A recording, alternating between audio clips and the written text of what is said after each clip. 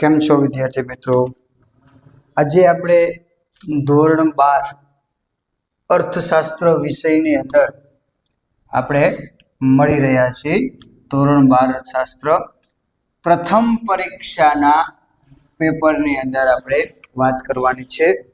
સમયનો આપણો 3 કલાકનો રહેશે અને કુલ ગુણ આપણું કેટલા ગુણનું પેપર રહેશે? 100 ગુણનું પેપર રહેશે. પણ પ્રથમ પરીક્ષાનો અભ્યાસક્રમ કેટલો છે?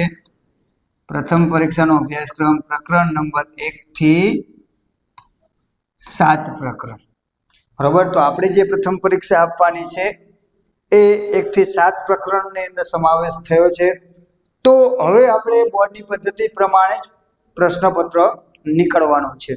તો પ્રથમ પરીક્ષામાં કેવું પૂછાણું, કેવા પ્રશ્નો છે, શું છે એ મહત્વના છે. બરોબર છે. તો અહીંયા આપણી પાસે જે પેપર છે એ પેપરનો આપણે અભ્યાસ કરશું. તમારે બધાને સ્વામી વિવેકાનંદ શાળા વિકાસ સંકુલ તરફથી એ પેપર આવતા હશે. તો એ પેપર કેવા છે એના વિશેની આપણે ચર્ચા કરશું, એના પ્રશ્નોની ચર્ચા કરશું. એમાં ખાસ કરીને આપણે વિભાગ એ જે છે એમાંથી 4 વિકલ્પમાંથી કોઈ સાચો વિકલ્પ પસંદ કરીને આપણે લખવાનો છે. તો એના માટે આપણે આજે જોશું. તો પહેલો જો પ્રશ્ન છે, અર્થશાસ્ત્રના સિદ્ધાંતો કે અટપટી આંકડાકીય માહિતીને કોના દ્વારા ખૂબ જ સરળતાથી સમજાવી શકાય છે? અર્થશાસ્ત્રના સિદ્ધાંતો કે અટપટી આંકડાકીય માહિતી. આપણે પ્રકરણ નંબર 1 ના આઈએમપી એમસીક્યુ કરી પ્રકરણ નંબર 1 ના મૂકેલા હતા, એમાં વાંચેલો તો પ્રશ્ન હતો. તો એમાં 4 ઓપ્શન છે: પાવરપોઈન્ટ પ્રેઝન્ટેશન, પ્રવચન દ્વારા, ચર્ચા દ્વારા અને ઇન્ટરનેટ દ્વારા. તો આપણને 2 માં પ્રશ્ન રહે, બાકી તો આપણને આ 2 ખબર છે નથી, કાં તો ઇન્ટરનેટ આવે કાં તો પાવરપોઈન્ટ આવશે. પણ એને સરળ બનાવવાનું કામ કોણ કરે છે? પાવરપોઈન્ટ પ્રેઝન્ટેશન દ્વારા અલગ અલગ સ્લાઇડની અંદર આપણે સમજાવી અને સરળ બનાવી શકાય છે. એકમ દીઠ બદલાતી રાશિને શું કહેવાય? ચલ, અમલ, એકમ કે નાણું? બરોબર છે. તો એકમ દીઠ બદલાતી રાશિને આપણે શું કહીશું? ચલ તરીકે ઓળખવામાં આવશે. ભારતમાં કેન્દ્ર સરકારના અંદાજપત્ર વિશેની માહિતી, કોની વાત કરી છે? અંદાજપત્ર વિશેની માહિતી કઈ વેબસાઇટ પરથી મેળવી શકાય છે? કે અંદાજપત્રની માહિતી કઈ વેબસાઇટ પરથી મેળવી શકાય છે? 1 ગુજરાત સરકારની વેબસાઇટ, 2 આરબીઆઈ ની વેબસાઇટ, નાણાં મંત્રાલયની વેબસાઇટ કે વેપાર મંત્રાલય? તો આપણો જવાબ બનશે, અંદાજપત્રની વાત કરી છે એટલે આપણે આવશે નાણાં મંત્રાલયની વેબસાઇટ. હવે જો કોઈ અંદાજપત્રની જગ્યાએ શબ્દ વાપરે, બાકી એમ ના, તો આ બેન્કિંગ લઈ શકે કે ભાઈ બેંક વિશેની માહિતી મેળવવી છે તો કઈ વેબસાઇટ પરથી મેળવી શકાય? તો કે આરબીઆઈ ની વેબસાઇટ પરથી. કદાચ તમને એમ પ્રશ્ન પૂછે કે આયાત નિકાસ વિશે, આયાત અને નિકાસ વિશેની માહિતી મેળવવી છે તો કઈ વેબસાઇટ પરથી મેળવી શકાય છે? તો એ આવશે વેપાર મંત્રાલયની વેબસાઇટ. જો યાદ રાખો, ખાલી આ એક યાદ નહીં રાખવાનું અંદાજપત્ર, કારણ કે પ્રશ્નપત્ર વાળા, જવાબ વાળા કે બોર્ડ વાળા એ પ્રશ્નને ફેરવી શકે છે. ત્રણેય માહિતી આપણને આપી છે કે બેન્કિંગ વિશેની કોઈ આપણે અધિકૃત અને વિશ્વનીય માહિતી લેવી છે તો એ આરબીઆઈ છે, અંદાજપત્ર હશે નાણાં મંત્રાલય વેબસાઇટ છે, અને કોઈ આયાત નિકાસ વિશેની માહિતી મેળવવી છે તો એના માટે છે વેપાર મંત્રાલયની સાઇટ. બરોબર, તો આપણે યાદ રાખવાનું, ગોખવાનું નથી. આર્થિક વિકાસ એ આર્થિક વૃદ્ધિનું કારણ છે, પરિણામ છે, સાધન છે કે સાધ્ય છે? બરોબર છે. આર્થિક વિકાસ એ આર્થિક વૃદ્ધિનું શું છે? કારણ છે. બરોબર છે, કે એના કારણે વૃદ્ધિ થઈ છે.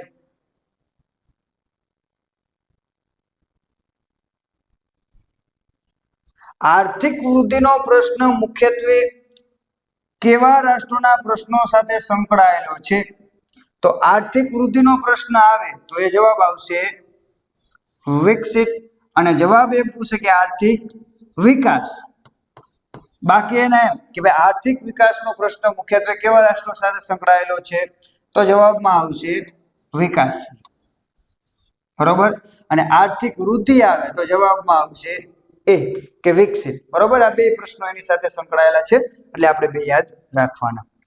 2014માં માનવ વિકાસ અહેવાલ મુજબ ભારતની માથાદીઠ આવક કેટલા ડોલર હતી? એટલે કે ભારતની માથાદીઠ આવક કેટલા ડોલર હતી? 7,110, 7,068, 480 કે 5,497? તો જવાબ આપણો આવશે 5,497 અમેરિકન ડોલર. નીચેનામાંથી કયું કારણ માંગ પ્રેરિત ફુગાવા માટે જવાબદાર નથી? નો મતલબ 3 છે, 1 નથી. નાણાંના પુરવઠામાં વધારો થાય તો માંગ સાથે સંબંધ છે તો કે સંબંધિત છે. ત્યારબાદ વસ્તી વધારો માંગમાં વધારો કરી શકે છે તો તે છે. સરકારના જાહેર ખર્ચમાં વધારો, સરકારના જાહેર ખર્ચમાં વધારો થાય એટલે લોકોની આવકમાં વધારો થાય એટલે માંગમાં શું થાય? વધારો થાય. તો આ 3 પરિબળો જવાબદાર છે. તો કયું પરિબળ માંગ પ્રેરિત નથી? બરાબર, ફુગાવા માટેનું જવાબદાર પરિબળ 4 ફુગાવા માટે જવાબદાર છે પણ માંગ પ્રેરિત કયું નથી? માંગ પ્રેરિત 3 છે તો 3 આવી ગયા. નાણાંનો પુરવઠો, વસ્તી વધારો અને સરકારના જાહેર ખર્ચમાં વધારો. ઉત્પાદન ખર્ચમાં વધારો એ માંગ પ્રેરિત નથી, એ કેવું છે? ખર્ચ પ્રેરિત છે. ઉત્પાદનમાં વધારો એ કેવું છે? ખર્ચ પ્રેરિત છે.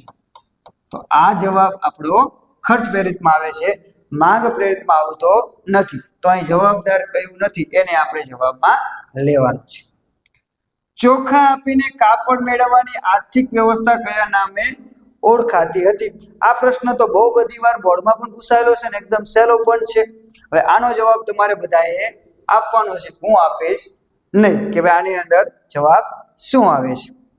આગળ આપણે ફુગાવાની સાચી સ્થિતિ અર્થતંત્રમાં સાધનોની પૂર્ણ રોજગારી બાદ ભાવ વધે ત્યારે સર્જાય છે, આવું કયા અર્થશાસ્ત્રી માને છે? એટલે કે ફુગાવાની સાચી સ્થિતિ અર્થતંત્રમાં સાધનોની પૂર્ણ રોજગારી બાદ ભાવ વધે ત્યારે સર્જાય છે, આવું કયા અર્થશાસ્ત્રી માને છે? પ્રોફેસર માર્શલ, ક્રાઉથર, કેન્સ કે પેગુ? તો હવે જ્યારે આપણે વાત કરીશું કે જ્યારે રોજગારી શબ્દ હોય એની સાથે હંમેશા કોણ સંકળાયેલું છે? તો એની અંદર કેન્સ સંકળાયેલા છે, આપણે હંમેશા યાદ રાખવાનું. આવકની વાત કરેલી હોય તો એના માટે પેગુને યાદ રાખશું. આરબીઆઈ અન્ય બેંકો પાસેથી અંત્યત ટૂંકા સમયનું ધિરાણ લે તો તેના દરને શું કહેવાય છે? એટલે અંત્યત ટૂંકા દરનું ધિરાણ હોય કાં તો રેપો રેટ હોય કાં તો રિવર્સ રેપો રેટ. બરોબર, તો બેંક રેટ નહીં આવે, રિવર્સ રેપો રેટ આવશે, આ નહીં આવે, બે હોય. અંત્યત ટૂંકા ગાળાનું ધિરાણ હોય કાં તો રેપો રેટ હોય કાં તો રિવર્સ રેપો રેટ હોય. હવે જ્યારે આરબીઆઈ છે એ વેપારી બેંક પાસેથી લે પૈસા તો એ ઊંધું થયું છે, એટલે રિવર્સ રેપો રેટ કહેવાય. અને વેપારી બેંક આરબીઆઈ પાસેથી લે તો એને કહેવાય રેપો રેટ. બરોબર, તો આ શું પૂછ્યું છે કે આરબીઆઈ અન્ય વેપારી બેંકો પાસેથી ધિરાણ લે છે. કોણ લે છે? તો કે આરબીઆઈ. કોની પાસેથી? તો જવાબ આવશે રિવર્સ રેપો રેટ. આ ફેરવી નાખો કે અન્ય બેંકો આરબીઆઈ પાસેથી ધિરાણ લે તો શું આવશે? Repo rate. બરોબર, સમજાઈ ગયું? સંસ્કૃત ભાષા પ્રમાણે બેંક શબ્દનો અર્થ શું થાય છે? કે સંસ્કૃત ભાષા પ્રમાણે બેંક શબ્દનો અર્થ શું થાય છે? નાણાંનો પુરવઠો, મૂડીનો જથ્થો, મૂડીરોકાણ કે વ્યવસાય? તો એનું શું થશે? મૂડીનો જથ્થો. નાણાકીય નીતિ ઘડવાનું કાર્ય કોણ કરે છે? નાણાકીય નીતિ ઘડવાનું કાર્ય કોણ કરે છે? તો નીચે તમને 4 ઓપ્શન આપેલા છે કે ભાઈ નાણાકીય નીતિ ઘડવાનું કાર્ય કોના દ્વારા થાય છે? તો જવાબ કેન્દ્ર સરકાર, વેપારી બેંક, રાજ્ય સરકાર કે મધ્યસ્થ બેંક. બરોબર, કેન્દ્ર સરકાર, વેપારી બેંક, રાજ્ય સરકાર અને મધ્યસ્થ બેંક. તો કોણ આવશે? નાણાકીય નીતિ ઘડવાનું કાર્ય કોણ કરે છે?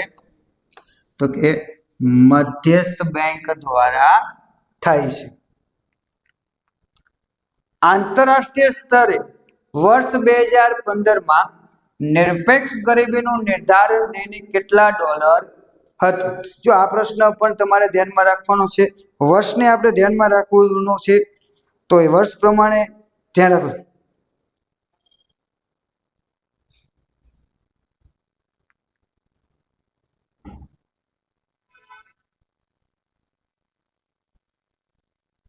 તો જવાબમાં શું આવશે? આંતરરાષ્ટ્રીય સ્તરે વર્ષ 2015 નિરપેક્ષ ગરીબીનું નિર્ધારણ દૈનિક કેટલા ડોલર હતું?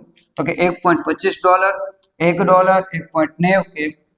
તો જવાબમાં આવશે $1.90. અને 2005 હોય તો $1.25, બરોબર. અને $1 પણ આવે છે લગભગ 1951. આપણો જવાબ બનશે હા. ભારતમાં વર્ષ 2014 અને 16 ના સમયગાળામાં કુપોષિત વ્યક્તિનું ટકાવારી પ્રમાણ કેટલું હતું? 23.7, 15.2, 11.2 કે 20.5? તો આપણો જવાબ બનશે 15.2. અને કેટલામું સ્થાન હતું વિશ્વમાં ભારતનું કુપોષણમાં? બીજા નંબર ઉપર. એ પણ યાદ રાખવાનું કે આપણું સ્થાન વિશ્વમાં કુપોષણના પ્રમાણમાં કેટલું સ્થાન પ્રાપ્ત થયેલું હતું કુપોષિત વ્યક્તિઓની અંદર? તો કે બીજા નંબરે. વર્ષ 2013 ભારતમાં સૌથી વધુ ગરીબી કયા રાજ્યમાં જોવા મળી હતી? કે સૌથી વધારે ગરીબી, જો આમાં ધ્યાન રાખજો કે સૌથી વધુ કે સૌથી ઓછી, આ યાદ રાખજો. સૌથી વધારે ગરીબી તો કે છત્તીસગઢમાં 39.93%, બરાબર છે. અને સૌથી ઓછી ગરીબી પૂછે તો ગોવા, બરોબર. ઓછી કેટલી હતી? તો કે 5.09. સૌથી ઓછી ગરીબી તો કે ગોવા રાજ્યની અંદર, અને સૌથી વધારે ગરીબી એટલે છત્તીસગઢની અંદર. એ યાદ આપણે રાખવાનું. અસરકારક માંગના અભાવે કયા પ્રકારની બેરોજગારી સર્જાય છે? કે અસરકારક માંગના અભાવે કયા પ્રકારની બેરોજગારી સર્જાય છે? ઘર્ષણજન્ય, મોસમી, ચક્રીય કે પ્રસંગ? તો ચક્રીય બેરોજગારી, જે માંગ સાથે સંબંધ છે તેમ આપણે કહી શકાય. પર્વતમાન વેતન દરે કામ કરવાની ઈચ્છા, શક્તિ અને તૈયારી હોવા છતાં કામ ન મળે તો તે વ્યક્તિને શું કીધું છે? કે પર્વતમાન વેતન દરે કામ કરવાની ઈચ્છા, શક્તિ અને તૈયારી હોવા છતાં કામ ન મળે તો તે વ્યક્તિને શું કહેવાય? બેરોજગાર, ગરીબ, ફાજલ કે કામદાર? તો આ પ્રશ્નનો જવાબ પણ સહેલો છે.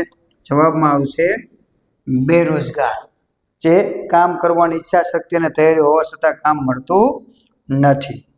સાદા મોબાઈલ ફોનના સ્થાને સ્માર્ટ મોબાઈલ ફોન આવતા સર્જાતી બેરોજગારી કયા પ્રકારની બેરોજગારી કહેવાય? શું કીધું છે? સાદા મોબાઈલ ફોનના સ્થાને સ્માર્ટફોન, એટલે કે જૂની ટેકનોલોજીના સ્થાને નવી ટેકનોલોજી. તો આના કારણે એક ટેકનોલોજીના કારણે બીજી ટેકનોલોજી આવતા જે થાય તો એને શું કહેવાય?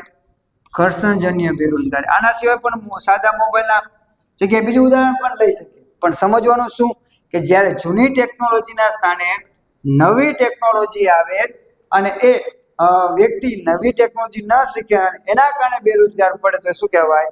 ઘર્ષણજન્ય બેરોજગાર. ભારતમાં વ્યવસ્થિત વસ્તી ગણતરી કયા વર્ષથી શરૂ થઈ? શું કીધું છે? વ્યવસ્થિત વસ્તી ગણતરી ક્યારથી શરૂ થઈ? 2001 થી, 1851 થી, 1891 થી કે 2011 થી? તો વ્યવસ્થિત વસ્તી ગણતરીની શરૂઆત થઈ 1891 થી. વ્યવસ્થિત વસ્તી ગણતરીની શરૂઆત થઈ છે. 2011 ભારતમાં જન્મદરનું પ્રમાણ કેટલું હતું? બરોબર. 2011 જન્મદરનું પ્રમાણ કેટલું હતું તેને પણ આપણે ધ્યાનમાં લેવાનું છે. 21.8, 36.8, 72 કે 23.8? તો જવાબમાં આપણે આવશે 21.8 જન્મદરનું પ્રમાણ હતું તેમ આપણે યાદ રાખવાનું. તો હતા વિભાગ એના પ્રશ્નો. હવે ચર્ચા કરવાની છે વિભાગ બેના પ્રશ્નો. તો વૃતાંશ શોધવાનું સૂત્ર એ બહુ બધી વાર પ્રશ્ન પૂછાયેલો છે. તો કે પેટા મૂલ્ય ભાગ્યા કુલ મૂલ્ય ગુણ્યા 360, બરોબર. આ એનું સૂત્ર છે, તેમ આપણે યાદ રાખશું. રાષ્ટ્રીય આવકની તુલનામાં માથાદીઠ આવકનો માપદંડ શા માટે વધુ આવકારદાયક છે? તો એમાં યાદ રાખવાનું, તેમાં વસ્તીને પણ ધ્યાનમાં લેવામાં આવે છે. આટલો જવાબ છે આપણો કે રાષ્ટ્રીય આવકની તુલનામાં માથાદીઠ આવકનો માપદંડ વધુ છે, કારણ કે તેમાં વસ્તીને પણ ધ્યાનમાં લેવામાં આવે છે. જીવનની ભૌતિક ગુણવત્તાનો આંક કોણે રજૂ કર્યો? તો કે ડેવિસ મોરિસે.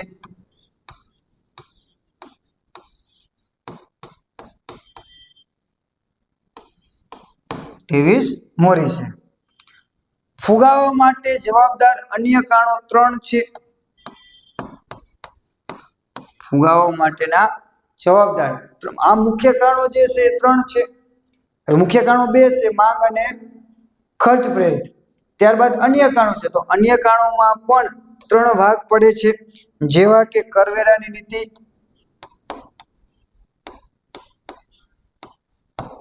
ત્યારબાદ સરકારના આયાતી વસ્તુની કિંમતમાં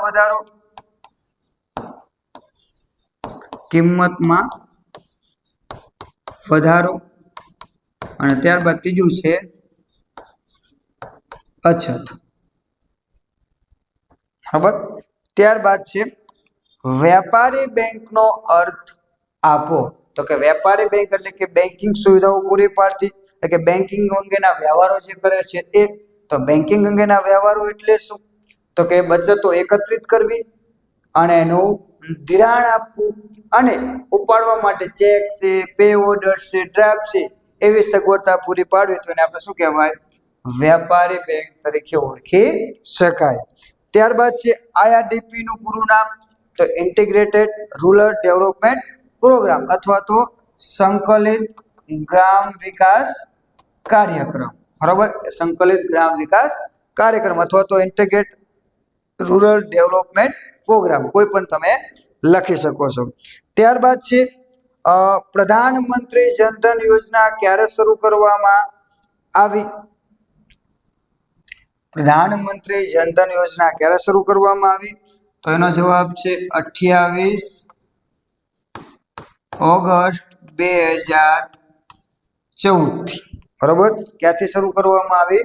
તો કે 28 ઓગસ્ટ 2014 થી. વર્ષને આપણે ખાસ યાદ રાખશું, કારણ કે ઘણી વાર ખાલી વર્ષ પણ પૂછાતું હોય છે. કયા વય જૂથને ઉત્પાદકીય વય જૂથ તરીકે ઓળખવામાં આવે છે? 15 થી 64 ની અંદર જેનો સમાવેશ થાય છે, તો એ આને આપણે ઉત્પાદકીય વય જૂથ અથવા તો કામ કરતી વસ્તીમાં આપણે એનો સમાવેશ કરી શકાય. બેરોજગારીની સમસ્યા હલ કરવા માટે કયા ઉદ્યોગોનો વિકાસ કરવો જોઈએ? તો કે ગૃહ ઉદ્યોગ અને નાના પાયાના ઉદ્યોગોનો વિકાસ કરવો જોઈએ, અથવા તો એમ પણ લખી શકાય કે શ્રમ પ્રધાન ઉત્પાદન પદ્ધતિ વાળા ઉદ્યોગોનો વિકાસ કરવો જોઈએ.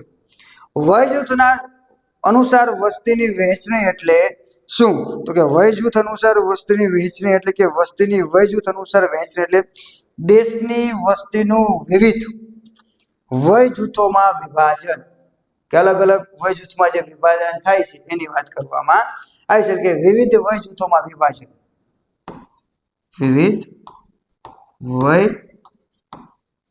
જૂથોમાં વિભાજન. બરોબર. એને કહેવામાં આવે છે વય જૂથ અનુસાર વહેંચણી. બરોબર. તો આપણા વિભાગ એ અને બી હતા.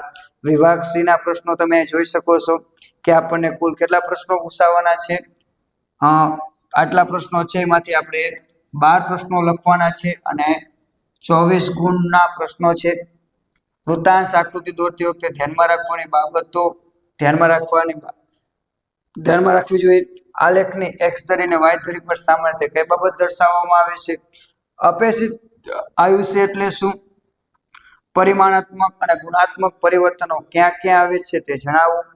વસ્તી વૃદ્ધિની ફુગાવા પર અસરો જણાવો. જાહેર ખર્ચનો વધારો સાથી ફુગાવાનું સર્જન કરે છે. રોકડ અનામતનું પ્રમાણ CRR એટલે શું? કોલ મની અને કોલ મની રેટ એટલે શું? ઝડપથી વધતા જતા ભાવોને ગરીબીમાં કઈ રીતે વધારો કરે છે? અસરકારક સરકારના સંરક્ષણ ખર્ચમાં વધારો થવાને લીધે ગરીબીનું પ્રમાણ સાથી ઊંચું રહે છે. ભારતની ગરીબી માટે ઐતિહાસિક કારણો જણાવો. ભારતમાં બેરોજગારીની સમસ્યા માટે બચત અને મૂડીરોકાણનો નીચો દર જવાબદાર છે. ટૂંકમાં સમજાવો. ભારતમાં કયા કારણોસર શ્રમની ગતિશીલતામાં અવરોધો સર્જાય છે? રાજકૃષ્ણ સમિતિ આપેલા બેરોજગારીના માપદંડો જણાવો અને કુટુંબ નિયોજનનો અર્થ આપવો. ભારતની નવી વસ્તી નીતિની રચના ક્યારે અને કોના અધ્યક્ષસ્થાને થઈ હતી? તો એ રીતના પ્રશ્નો હતા. બરોબર છે. કુલ 16 પ્રશ્નો આપેલા છે. એની અંદરથી આપણે કેટલા પ્રશ્નો લખવાના છે? 12 પ્રશ્નો. હવે આપણને 12 પ્રશ્નો આપેલા છે ને એમાંથી આપણે લખવાના છે 7 પ્રશ્નો. એક પ્રશ્નના કેટલા ગુણ છે? તો કે 3 ગુણ છે તેમ આપણે કહી શકાય. એમાં પણ કોઈ પણ લખી શકો છો, તમને જે પ્રશ્ન સારા આવડે છે તે. જીવનની ભૌતિક ગુણવત્તા એટલે શું? તેમાં કઈ બાબતોનો સમાવેશ થાય છે? સાટા પ્રથા એટલે શું અને તેની મર્યાદા જણાવો. વેપારી બેંકો દ્વારા સ્વીકારાતી જુદી જુદી થાપણોની સમજૂતી આપો. વિકાસલક્ષી દેશોમાં ઘર્ષણજન્ય બેરોજગારી હોઈ શકે છે, સમજાવો. ચક્રીય બેરોજગારીનો ખ્યાલ સ્પષ્ટ કરો. ખૂબ વધુ નાનું વસ્તુને પકડવા દોડે ત્યારે આમાં પ્રશ્ન છે, ખૂબ વધુ નાનું ઓછી વસ્તુઓને પકડવા દોડે ત્યારે ફુગાવો સર્જાય છે. વિધાન સમજાવો. ખર્ચમાં વધારો કઈ રીતે ફુગાવામાં વધારો કરે છે? સમજાવો. જનધન યોજના વિશે ટૂંક નોંધ લખો. સંકલિત ગ્રામ વિકાસ યોજના, જો આપણને આ પૂછેલું છે 2 ગુણમાં પ્રશ્ન આપણને એક ગુણમાં પ્રશ્ન પૂછેલું છે કે IRDP નું પૂરું નામ જણાવો. આયા આપણને એનો જવાબ પણ આપેલો છે. જો આપણે હરખી રીતે વાંચવું હોય તો આપણને જવાબ પણ આમાંથી મળી જાય. વસ્તી નિયંત્રણમાં શિક્ષણની ભૂમિકા સમજાવજો. શિક્ષણની છે, ધ્યાન રાખજો. અને વિભાગ એ ની અંદર જોઈ શકો છો તમે પ્રશ્ન કે કુલ આપણને 7 પ્રશ્નો આપ્યા છે, એમાંથી 5 પ્રશ્નો લખવાના છે. અને વિદ્યાર્થી મિત્રો એક આલેખ હશે, આલેખને આપણે બને ત્યાં સુધી ઓપ્શનમાં ક્યારે નહીં કાઢવાનો, લખવાનો પ્રયત્ન કરો. જીવનની ભૌતિક ગુણવત્તાનો આંક વિશે સમજાવો. નાણાંનો અર્થ આપી નાણાંના કાર્યો સમજાવો. વેપારી બેંકનો અર્થ આપી તેના કાર્યો સમજાવો. શાક સર્જન એટલે શું? વેપારી બેંકો શાક સર્જનનું કાર્ય કઈ રીતે કરે છે, ઉદાહરણ સાથે સમજાવો. આયોજન કાળમાં રોજગારી ઘટવાના ઉપાયો ચર્ચો. ભારતમાં ઉદ્ભવતી બેરોજગારીના કોઈ પણ 5 કારણો વિગતે સમજો.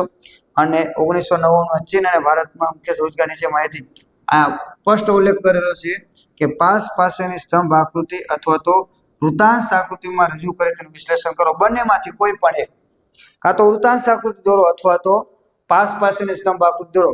આ વૃત્તાંશ આકૃતિ આપણે આવતી નથી પણ આ લોકોએ પૂછી લીધી છે. એમ જોવા જઈએ તો આપણે આ ચેપ્ટરમાંથી 5 ગુણનો પ્રશ્ન છે નહીં, આ આપણો 5 ગુણનો પ્રશ્ન છે, આ છે અને આ છે. બરોબર છે, તો ધ્યાનમાં રાખવાનું. પણ અત્યારે પહેલી પરીક્ષામાં આવું બધા પ્રશ્નો થોડાક રહેશે એટલે આપણે પૂર્વ તૈયારી સાથે જ જવાનું. તો વિદ્યાર્થી મિત્રો આજના પેપરની અંદર આટલું જ હતું. તો આવનારું તમારું જે પ્રથમ પરીક્ષાનું પેપર છે એમાં સારા માર્ક લાવો, એના માટે best of luck. Thank you.